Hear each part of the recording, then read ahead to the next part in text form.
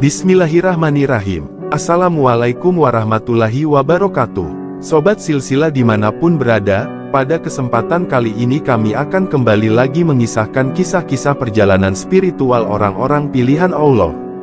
Sebelum kita menyimak kisahnya, untuk teman-teman yang menyimak tayangan ini, dan belum subscribe, silahkan bisa subscribe terlebih dahulu agar channel WBC Studio ini lebih berkembang lagi, dan kami lebih bersemangat lagi dalam membuat konten-konten terbaru di WBC Studio.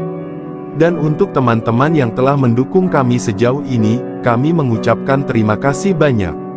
Semoga amal kebaikan teman-teman dibalas kebaikan berlipat ganda oleh Allah. Kisah Sufi Al-Imam Hasan Al-Basri. Nasihat Tuhan untuk Sang Wali. Pada suatu hari, Hasan Al-Basri pergi mengunjungi Habib Ajmi, seorang sufi besar.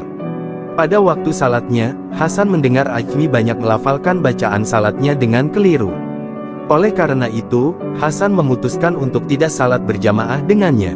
Ia menganggap kurang pantaslah bagi dirinya untuk salat bersama orang yang tidak mengucapkan bacaan salat dengan benar. Di malam harinya, Hasan Al-Basri bermimpi.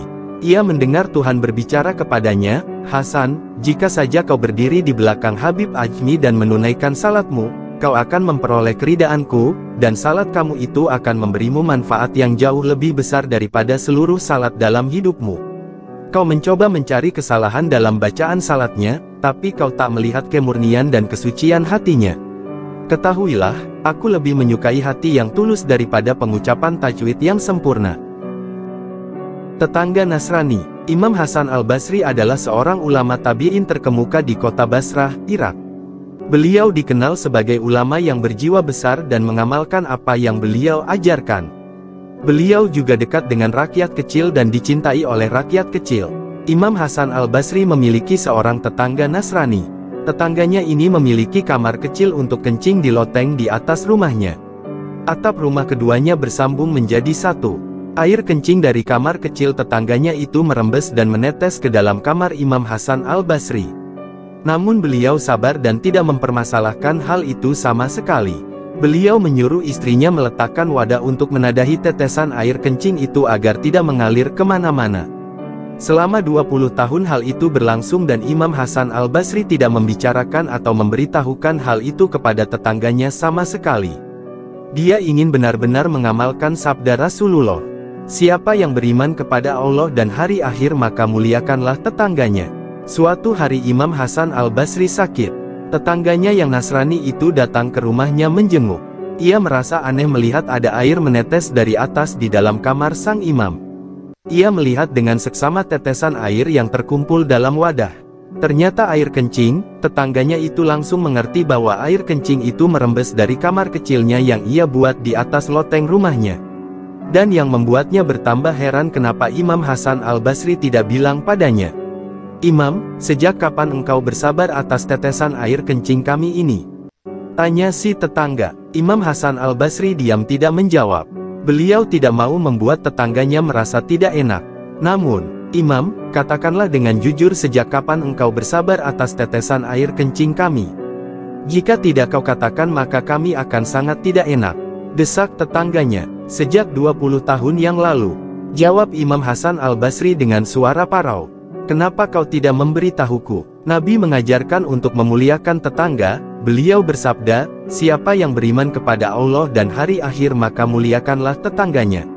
Seketika itu si tetangga langsung mengucapkan 2 kalimat syahadat. Ia dan seluruh keluarganya masuk Islam.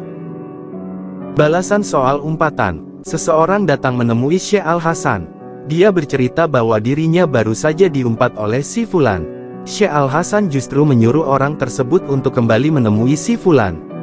"Ingat," kata ulama, "orang yang suka mengumpat memasang senjata untuk melemparkan kebaikannya ke barat dan timur, serta ke kanan dan ke kiri," kata Syekh Al-Hasan. Orang tadi lantas menuruti nasihat Syekh Al-Hasan. Dia tak sekedar menemui tapi juga membawakan sebakul kurma rutab. Sembari menyerahkan sebakul kurma yang dibawanya, ia berkata dengan tenang, "Aku mendengar kabar bahwa engkau telah menghadiahkan kebaikanmu kepadaku. Maka terimalah kirimanku sebagai ucapan terima kasih." Apalagi sebenarnya yang dikatakan Syekh Al-Hasan hingga lelaki yang diumpat itu bisa sebaik demikian pada orang mengumpatnya. Ternyata, Syekh Al-Hasan seperti dikisahkan oleh Al-Ghazali, mengutipkan satu nasihat yang pernah didengarnya dari Syekh Ibn Mubarak. Bunyinya pendek sekali, jika aku suka mengumpat, tentu aku mengumpat ibuku, sebab ibuku berhak menerima kebaikanku. Imam Hasan Al-Basri ketika meminta tolong agar disembunyikan. Hasan Al-Basri, semoga Allah memberkatinya, adalah seorang imam yang terkenal dan di masanya. Hidup Habib Al-Ajami, semoga Allah mensucikan jiwanya. Beliau bukan seorang Arab, tapi dari Persia atau Bukhara, dan beliau buta huruf. Suatu ketika Habib Al-Ajami sedang duduk di depan hanikahnya pondokan untuk berzikir, tiba-tiba Hasan Al-Basri datang dengan tergopoh-gopoh.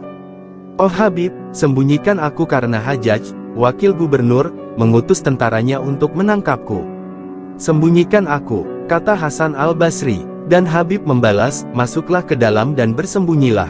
Hasan masuk ke dalam dan menemukan sebuah tempat untuk bersembunyi. Beberapa saat kemudian, beberapa tentara menghampiri Habib. "Apakah Anda melihat Hasan Al-Basri?" "Ya, aku melihatnya di dalam.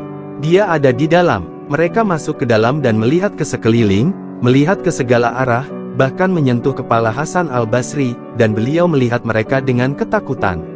Kemudian pasukan itu keluar, dan berkata kepada Habib, "Apa sekarang Anda tidak malu karena Anda telah berdusta? Di mana dia? Hajjaj akan berurusan dengan orang yang bekerja sama dengan Hasan Al-Basri, dan itu cocok dengan Anda. Anda berkata bahwa dia berada di dalam, apakah Anda tidak malu telah berdusta?" "Di dalam, aku tidak berdusta. Dia di dalam." Sekali lagi, mereka masuk. Lalu, dengan sangat marah, mereka pergi. Kemudian Hasan Al-Basri keluar. "Oh, Syaikh, apa ini? Aku datang kepadamu, memintamu untuk menjagaku dan engkau mengatakan kepada tentara bahwa aku berada di dalam." "Ya Hasan, ya Imam, najau min sidqil kalam. Engkau diselamatkan oleh kebenaranku. Aku mengatakan kebenaran dan Allah melindungimu karena aku berkata dengan jujur. Aku berkata, wahai Tuhanku, ini adalah Hasan Al-Basri, hambamu, dia datang meminta pertolonganku, berkata, sembunyikan aku, jagalah aku. Aku tidak bisa melindunginya. Aku mempercayakan dia kepadamu, menyerahkan dia kepadamu sebagai amanat dariku.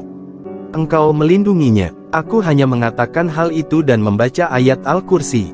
Karena itulah para tentara tiada pun dapat melihatnya." Semoga kisah di atas bisa diambil hikmahnya dan juga bisa diambil pelajaran oleh teman-teman sekalian. Mohon maaf kalau ada salah-salah kata. Waalaikumsalam warahmatullahi wabarakatuh.